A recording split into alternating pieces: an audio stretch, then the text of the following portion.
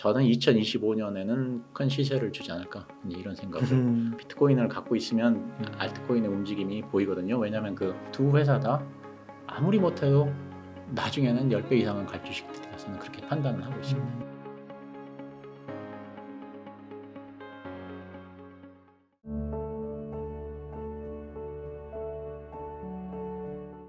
예, 제가 그 작년 말에 주식에선 성장주, 아까 자산 중에선 비트코인을 적극적으로 매수해라 이런 말씀을 드렸고요. 웅단 채빵에 출연해서 향후 6, 7년 후에 10배 가는 종목들, 10배씩 가리라고 생각하는 종목들에 투자를 한다 이런 말씀을 드렸습니다. 그래서 그때 이제 그거 제가 이거 한번 보여드릴게요. 그때 투자했던 종목들인데 자, 이렇게 해가지고 그때 이제 와가지고 제가 이 종목 제시를 해주셨거든요. 그래서 이 종목을 제가 제시를 해드린 날짜가 이제 작년 12월 23일이니까 이렇게 오래 전에 출연하셨었네요. 5개월 만에 120%. 이 정도면 2차 전지도 없는데 괜찮은 거 아닌가요? 엄청나죠. 와. 그래서 이제 제가 투자 이제 아이디어에 대해 잠깐 그 설명을 드리려고 이 종목을 갖고 왔는데요. 제가 왜 이 종목들이 다 10배씩 상승하리라 생각을 했는지 그 아이디어를 조금 설명을 드리는 게 좋을 것 같아서 말씀드리는 건데요. 자, 루닉 같은 경우 이게 그 향후 6, 7년 후에 매출이 1조 원 정도 예상을 합니다. 이거는 제 내피셜이 아니라 여러 증권사에서도 그렇게 예측을 하고 있습니다. 그러면 그 투자자들은 이걸 그런 보고서를 보면 어떻게 생각을 해야 하냐면 이 기업의 속성을 한번 생각해 봐야 됩니다. 이 기업은 어떤 기업이냐면 소프트웨어 기업입니다. 그래서 원가가 없습니다. 그러면 매출이 제조 원가가 없다는 얘기죠. 그러니까 매출이 1조 원이면 영업이익이 9천억 원이 나는 회사입니다. 그럼 영업이익이 9천억 원이 나는 회사인데 이 기업은 그 AI 회사거든요. 그럼 시가총액이 영업이익이 9천억 원 나는 회사면 시가총액이 10조 원은 될 거 아닙니까? 그죠? 최소. 그럼 제가 이 종목을 편입할 당시 시가총액이 3천억 원대였으니까 이게 10조 원이 머릿속으로 그냥 계산을 해보는 겁니다. 간단히 계산을 해봐도 그럼 6, 7년 안에 30배 정도 주가 상승하겠다 이런 계산이 나오지 않습니까? 사실 그렇게 계산을 해볼 필요가 있고요. 지금은 시가총액이 얼마예요? 지금이 그때가 27,000원이에요. 지금 7만 원이니까 계산 한번 해보시면 돼요. 한 8천억 될려나? 네. 그래서 저는 이제 지금은 너무 올랐는데 저는 조정 보이면 더 갈 수 있는 주식이라고 개인적으로는 생각합니다. 근데 자 이오플로우나 지노믹트리도 마찬가지로 7, 8년 후에 후를 보고 투자를 하는데 자, 이오플로우도 조금 찾아보면 세계에서 두 번째로 일회용 인슐린 패치를 만든 회사인데 세계에서 첫 번째로 인슐린 그 패치를 만든 인슐린 그 제품도 좋고 그냥 장점이 훨씬 많습니다. 근데 그리고 이제 시장 자체도 굉장히 빠르게 성장하고 있고 근데 이 경쟁사 시가총액의 2%에 불과합니다. 이 회사가. 그러니까 이것도 계산을 머릿속에 해보는 겁니다. 만약에 그럼 경쟁사 제품보다도 더 좋은데 경쟁사의 시가총액이 현재 2%니까 한 40%까지 올라간다고 보면 지금보다 한 20배 정도는 상승 여력이 있다. 이렇게 생각을 하는 거고요.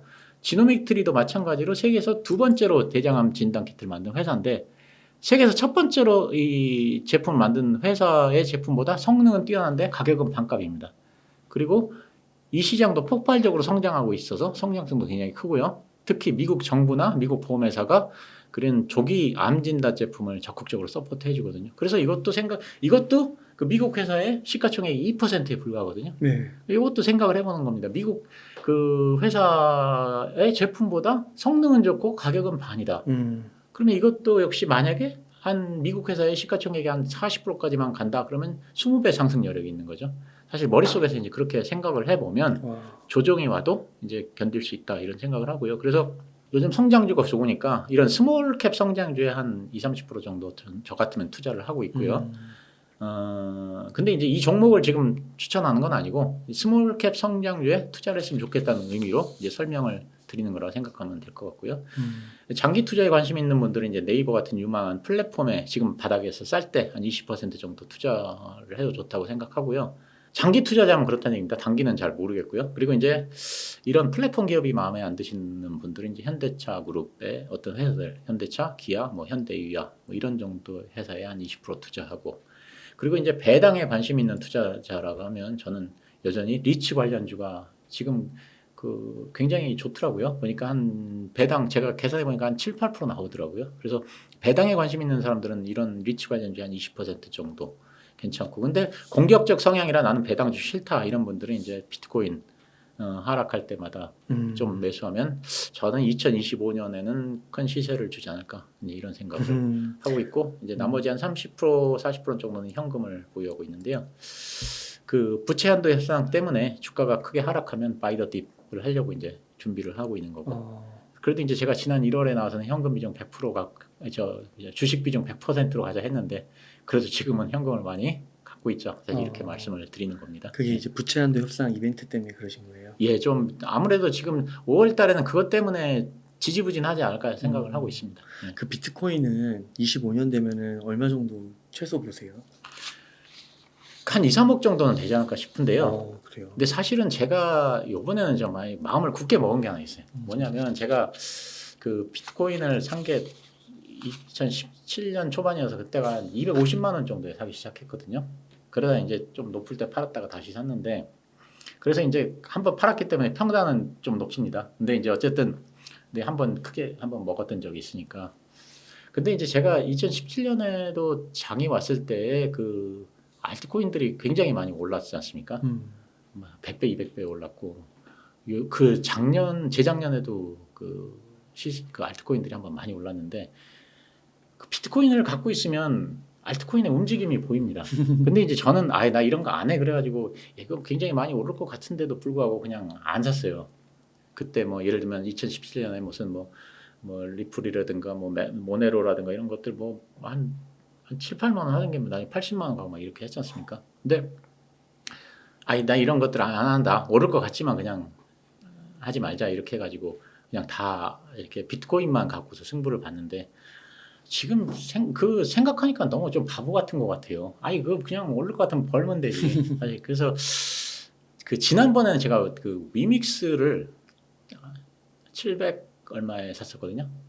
근데 이제 내가 이런 거 안 해 그래가지고 사실 굉장히 소량을 샀었어요. 근데 그게 700 얼마에 샀는데 조금 있어서 그게 3만 원까지 갔죠. 그러니까 700원짜리요? 예, 700원짜리가 3만 원까지가 정확히 2만 9천 얼마까지. 그렇구나. 그러니까 이게 수익을 내도 기분이 나쁜 거예요. 그러니까 왜냐하면 이런 거 안 한다고 너무 조금 샀으니까. 그래가지고 제가 요번에 비트코인을 보면서 내가 요번에는 알트의 기회가 오면은 놓치지 않겠다. 한번 그런 생각을 하고 있습니다. 그래서 비트코인을 갖고 있으면 알트코인의 움직임이 보이거든요. 왜냐하면 그 비트코인 도미넌스라든가 이런 걸 보면 대강 예측을 할 수 있습니다. 그리고 지금까지는 보면 이 움직임 자체가 일단은 그 비트코인이 진짜 상승이냐 아니냐 하는 거는 비트코인이 일단은 그 거래량이 많이 붙으면서 그 거래 순위라고 해야 되나요? 거래 순위가 5등 안에 들어가는 날이 계속돼야 돼요. 비트코인이요? 비트코인이 예를 들면 5등 안에 거래량 순위가 그 거래 대금 순위가 5등 안에 연속 일주일간 들어간다든가 뭐 이런 식으로 그러면서 움직임 자체가 이제 비트코인이 지난번까지는 쫙 먼저 올라가면서 그 비트코인 도미넌스를 한 70% 가까이까지 올리거든요. 근데 이제 지금은 알트가 많아져서 70까지는 못 올리겠지만 어쨌든 비트코인이 도미넌스를 쫙 올리면 그 다음에 이제 이더리움이 올라갑니다. 그죠? 그러면서 이제 비트코인이 쉬고 이더리움이 올라가죠. 그러면 이 다음에는 알트가 올라갑니다. 그게 사실 그 공식 같은 거거든요. 그러면 이제 그 알트가 어떤 거를 올라가는지를 잘 이제 파악을 해야 되는데 그때에 비트가 올라가면서 쉬고 이더리움이 상당 부분 올라가는 시점에서는 알트를 한번 사보면 그 모험을 한번 할 수 있지 않을까 그런 생각을 하고 있습니다. 눈여겨보시는 알트 있으세요? 지금은 없습니다. 왜냐하면 지금은 저는 상승을 안 하리라고 생각합니다. 지금은. 왜냐하면 비트코인 상승도 지금은 찐 상승이 아니고 그냥 이렇게 잠깐 올랐다 떨어지는 이런 거기 때문에 지금은 알트를 볼 필요가 없고요. 제가 보기에는 일단 비트코인이 쫙 오르면서 비트코인 도미넌스를 굉장히 높이 올려야 됩니다. 그 다음에 이더리움이 올라가야 되니까 그게 저는 올해는 안 나오리라 생각해요. 그런 움직임이. 그래서 아무리 빨라야 내년 후반 아니면 2025년 이렇게 보거든요. 그러면 2025년에 이제 그때 가서 어떤 테마가 생깁니다. 주식 테마 생기듯이. 그때도 이제 그 P2E라 그러죠. 그래가지고 그것 때문에 이제 그 위믹스가 이제 그런 테마를 가지고 오른 거지 않습니까? 그러니까 이제 그때 가면 뭔가 테마가 생기는데 그때 그런 것들은 그냥 뭐 한 4달 만에 50배 정도 올랐었거든요. 위믹스 같은 게. 네. 그러니까 이제 그런 거를 이번에는 한번 좀 기회를 봐야 되겠다. 이렇게 제가 마음을 한번 먹고 있습니다. 그래서. 그럼 그 테마가 오기 전까지는 이제 떨어지면 비트코인을 사는 거예요. 비트코인만 사고 그래서 비트코인만. 제가 어떻게 할 생각이냐면 이제 그때는 이제 비트코인을 상당 부분 만약에 제 계획대로 하면 이제 저 시세 차익이 생길 거라고 생각하는데 그 원금은 빼는 거죠. 그걸로 이제 알트를 이제 한번 도전해 보겠다 이런 생각을. 예. 그래서 아마 그 후엔 저 보기 힘들지 않을까 생각을 하고 있습니다. 네. 지금까지 좀 다루지 못한 꼭 예. 전하고 싶으신 메시지가 일단 부탁드리겠습니다. 예. 제가 요 방금 전에 그 루닛 투자를 한다고 말씀을 드렸던 이 회사에 근데 이제 루닛에 대해서 얘기를 하면은 가장 많이 달리는 댓글이 뭐냐면 적자 기업은 안 한다. 적자 기업은 거른다. 이런 글이거든요. 그 이해는 합니다. 왜냐하면 2022년 실적을 보면 매출액이 139억이고요. 영업 적자가 507억입니다. 그러니까 매출액보다 적자가 3배나 많으니까 이 주린이들은 이걸 보고서 놀라고 다 도망갈 만하다고 생각하거든요. 근데 이런 식으로 그냥 딱 그거만 보고서 이게 도망을 가게 되면 제가 이 종목 지금 아까 얘기한 대로 160%가 올랐지 않습니까? 네. 그러니까 단순히 이렇게 재무제표상의 수치만 보고 그냥 도망가면 이런 160% 이익을 챙길 수가 없습니다.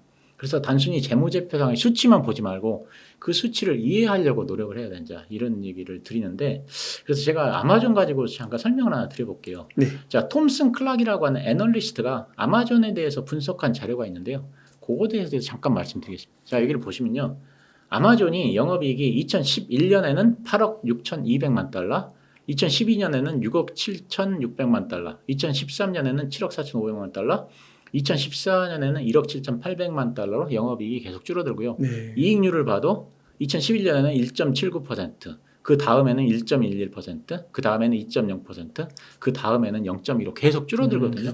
예, 그러면 자 한번 보겠습니다. 이 재무제표만 보면 2013년에 아마존 주식 살 수 있을까요? 아마 못 살 겁니다. 왜냐하면 영업이익도 계속 줄어들고 영업이익률도 계속 낮아지기 때문이거든요. 근데 다들 아시다시피 이때부터 아마존 주식이 폭발적으로 상승을 했습니다. 왜 그러냐? 이거에 대해서 한번 말씀드리겠습니다. 자, 이것에 대해서 톰슨 클락이라는 사람이 뭐라 그랬냐면 여기서 정말 중요한 것은 아마존이 원했다면 수익을 낼 수 있었다는 것이다. 만약 아마존이 이익을 낼 수 있음을 보여주고 싶었다면 가능했지만 그러지 않았다. 비전문가들은 아마존에 관심을 가졌다가도 수익성이 없다는 이유로 신경을 꺼버렸을 것이다. 그런데 만약 R&D 비용을 제외했다면, 즉 실제로 설비 투자를 제외했다면 아마존이 얼마나 수익성이 좋은지 알 수 있을 것이다.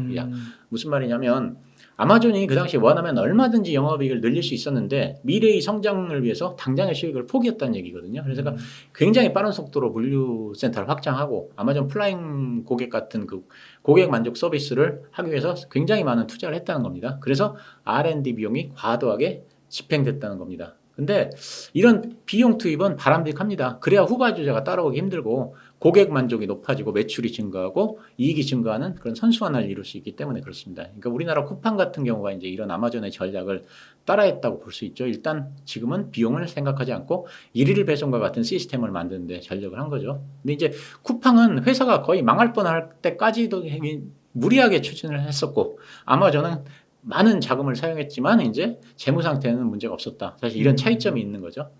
그래서 이런 경우에는 어떻게 하냐면 R&D 비용을 영업이익에 포함시켜서 계산을 해야 됩니다. 즉 R&D 비용의 상당 부분을 의도적으로 과도하게 집행한 거기 때문에 이것을 만약에 과도하게 집행하지 않았다면 이 중에 상당 부분이 영업이익에 더해졌을 거기 때문에 그런 거거든요. 자, 그래서 자 지금 화면을 보시면 자 영업이익에 R&D 비용을 더하면 맨 아래 빨간 글씨가 됩니다. 조정 그래서 영업이익하고 조정 세정 이익률을 보면 영업이익하고 세전 이익률이 굉장히 가파르게 상승할 걸 알 수 있습니다. 엄청난 성장 속도거든요. 이렇기 때문에 2014년을 기준으로 보면 아마존에 투자를 하지 않을 이유가 없었다는 거죠. 그러니까 저는 이제 루닛도 마찬가지라고 생각하거든요. 어떤 회사가 적자인지 흑자인지가 중요하지만 이것이 어떤 그 주식을 선택하는 데서 결정적인 요인은 아닙니다. 루닛을 보면 2022년에 연구 개발비가 183억이고 급여가 220억입니다. 이 회사는 사업을 빠르게 확장하기 위해서 의도적으로 많은 비용을 사용하고 있습니다. 상당 부분을 회사에서 원하기만 하면 얼마든지 줄일 수 있는 비용입니다. 근데 그렇게 하지 않고서 이게 비용을 많이 쓰는 이유는 일단 글로벌 시장을 장악하기 위한 의도거든요. 현재 루닛은 그 의료 AI 분야 글로벌 1등 기업입니다. 1등입니다. 그러니까 지금 빠르게 성장해서 거래선 늘리고 해자를 만들어야 후발주자들이 따라오기 어렵다고 생각한 거죠. 그래서 이제 이런 적자를 감내할 그런 수준의 그 재무 안정성만 확보하면 저는 이런 전략은 굉장히 옳은 전략이라고 생각하거든요. 그렇기 때문에 어떤 회사를 볼 때 단지 그 회사가 적자냐 흑자냐 이런 것만 보지 말고 만약에 적자면 왜 적자인지 이런 점에 대해서도 꼼꼼히 체크를 해보라는 말씀을 제가 드립니다. 그러시군요. 네. 그 대표님은 하루에 얼마나 이렇게 뭐 기업 공부라고 할까요? 얼마나 하세요? 아니면 일주일간이더라도? 많이 안 해요. 많이 하실 것 같아요. 아니 본업이 제가 다른 일을 하니까 한 3, 4시간 정도 하나? 하루에요? 아니야 일주일에. 일주일이요? 네. 그럼 투자할 대상들, 기업들 다 한 3, 4시간이면 다 커버가 되시는 거예요? 그러니까 이제 투자 대상을 막 이렇게 새로 찾지는 않습니다. 사실은 이제 저는 아까 얘기했지만 기본적으로 아까 지금 보여드린 회사들 있지 않습니까? 네. 사실 요거 팔로업들 많이 하고요. 그다음에 제가 생각하기에 가장 그 좋은 투자법은 뭐냐면 찰리 먼거한테 누군가가 물어봤더니 어떻게 투자를 하는 게 가장 좋으냐 물었더니 찰리 먼거가 내가 만약에 젊을 때로 돌아가면 나는 크게 성장할 기업을 초기에 투자하겠다 이런 얘기를 했습니다. 그래서 월마트를 예로 들었거든요. 저는 그게 가장 좋은 투자 방법이라고 개인적으로 생각을 합니다. 그래서 웬만하면 이제 초기 기업들 중에서 이제 많이 성장성이 큰 기업 이런 걸 보는데 왜냐면 뭐 현대차 뭐 이런 것도 좋은데 뭐 개인적인 성향이 조금 다릅니다. 그래서 기껏 뭐 20% 30% 먹고 나와서 또 딴 데 가서 20% 30% 깨지고 뭐 이러면 그냥 다람쥐 쳇바퀴 도는 것 같은 생각이 드는 거예요. 그래서 저는 그냥 초기 일단은 상당 부분은 이런 그 네이버나 좀 안정적인 기업에 넣어놓고 나머지 것들은 이런 그 초기 기업들 성장성이 큰 초기 기업들 현재는 적자인 기업들 아니면 겨우 적자 면하는 기업들 이런 기업들인데 사업은 성장성이 크다. 이런 기업들을 찾아서 많이 투자를 하고 그래서 미리 투자할 기업들도 사실은 다 내년까지는 머릿속에서 대강 해놨어요. 초기 기업들.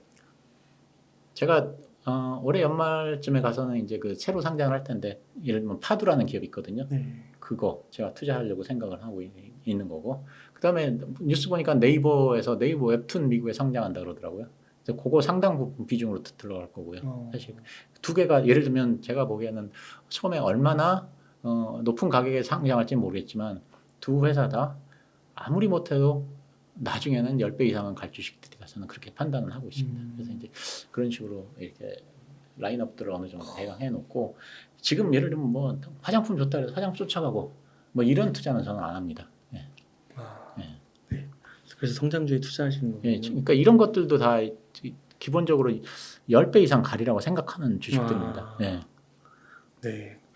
그래서 대표님 만나서 인터뷰하면 되게 뭔가 시원시원하고 굉장히 뭔가 도전적으로 되고 활기가 생기고 막 그렇게 되는 것 같아요. 근데 돈을 많이 벌어야죠. 대표님 그럼 끝으로 하고 싶으신 말씀, 강조하고 싶으신 말씀 일단 부탁드리겠습니다. 제가 여기 웅달에도 자주 나오시는 분인데 홍춘욱 박사님을 굉장히 좋아하거든요.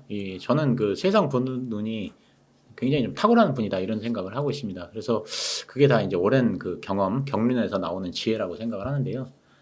근데 얼마 전에 이게 2차 전지에 대해서 약간 부정적인 말씀을 하시니까 인신 공격성 댓글이 많이 달리더라고요. 그래서 그게 좀 마음이 안 좋았는데 최근 주식 시장을 보면은 이게 두 개로 좀 쪼개지는 것 같습니다. 2차 전지를 가운데 두고 2차 전지를 갖고 있는 사람, 안 갖고 있는 사람. 그래서 2차 전지 강성 주주들은 약간만 안 좋은 얘기를 하면은 그냥 듣기 거북할 정도로 심한 그 댓글들을 많이 쓰고요. 근데 이게 이제 그 파블로브의 조건 반사 듣기 싫은 소리를 하면 거의 자동적으로 반감을 드러내는 사실 그런 거라고 저는 생각을 하는데 반대로 또 2차 전지 보유하지 않은 사람들은 2차 전지 강성 주주들한테 또 반감을 드러내고요.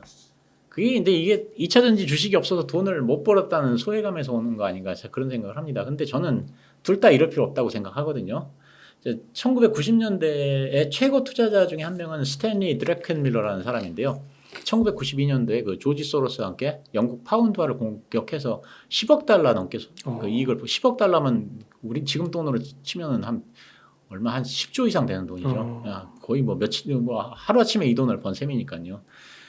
그 다음에 연평균 수익률이 30%나 돼서 이 사람은 항상 자기가 최고라고 생각을 했습니다. 근데 이제 1990년대 말에 이 닷컴 버블 때 기술주가 올라갈 때 이 사람이 그걸 사지 않아서 굉장히 소외가 됐었거든요. 그래서 굉장히 괴로워하다가 안 되겠다 해서 마지막에 들어갔습니다. 그래서 굉장히 큰 손실을 보고 나왔는데 근데 이 워런 버핏도 기술주 상승에서 소외된 건 마찬가지거든요.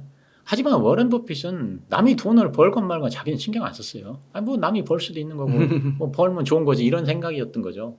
그래서 저는 이렇게 워런 버핏과 같은 자세를 가질 필요가 있다고 생각합니다. 이번에 소외되면 다음에 상승장에서 돈을 벌면 되고 그리고 남의 주식이 오르건 말건 그냥 신경 쓰지 않을 그런 자세가 필요하다고 생각하거든요. 괜히 소외됐다고 생각해서 막 마지막에 들어가면 그 스탠리 드래켄밀러 같이 박차를 타게 되고 그럼 정말 큰 손실이 오니까요. 그리고 이제 강성 주주들, 2차전지 강성 주주들도 사실 마찬가지로 좀 오픈된 마음을 가질 필요가 있지 않나. 예. 사실 어떤 주식에 대한 의견은 다 다르지 않습니까? 저도 다르고 응달님도 다르고 다 다르고 사람마다 생각이 다른데 어떤 주식에 대해서 자기하고 다른 의견을 얘기했다고 해서 그걸 막 공격하고 이러는 게 저는 다양성을 인정해주지 않는 그런 자세보다는 그런 것들을 좀 인정해주는 자세가 필요하지 않나. 그래서 이제 오늘 둘로 나뉘어서 이렇게 보면 서로 상처 주고 이러는 것들이 조금 안타까워서 제가 주제 넘게 한 말씀 드려봤습니다. 자, 모두들 성공 투자하시기 바랍니다. 감사합니다. 네, 대표님 끝에 마지막까지 좋은 말씀 전달해 주셔서 감사합니다. 그럼 오늘 인터뷰 한 이 정도에서 마무리 괜찮으실까요? 네. 이렇게 해서 천백만 대표님을 모시고 이야기를 나눠봤습니다. 긴 시간 동안 유카이 사이트 많이 나눠주셔서 감사의 말씀드립니다. 오늘 고생 많으셨습니다. 네, 고맙습니다. 네.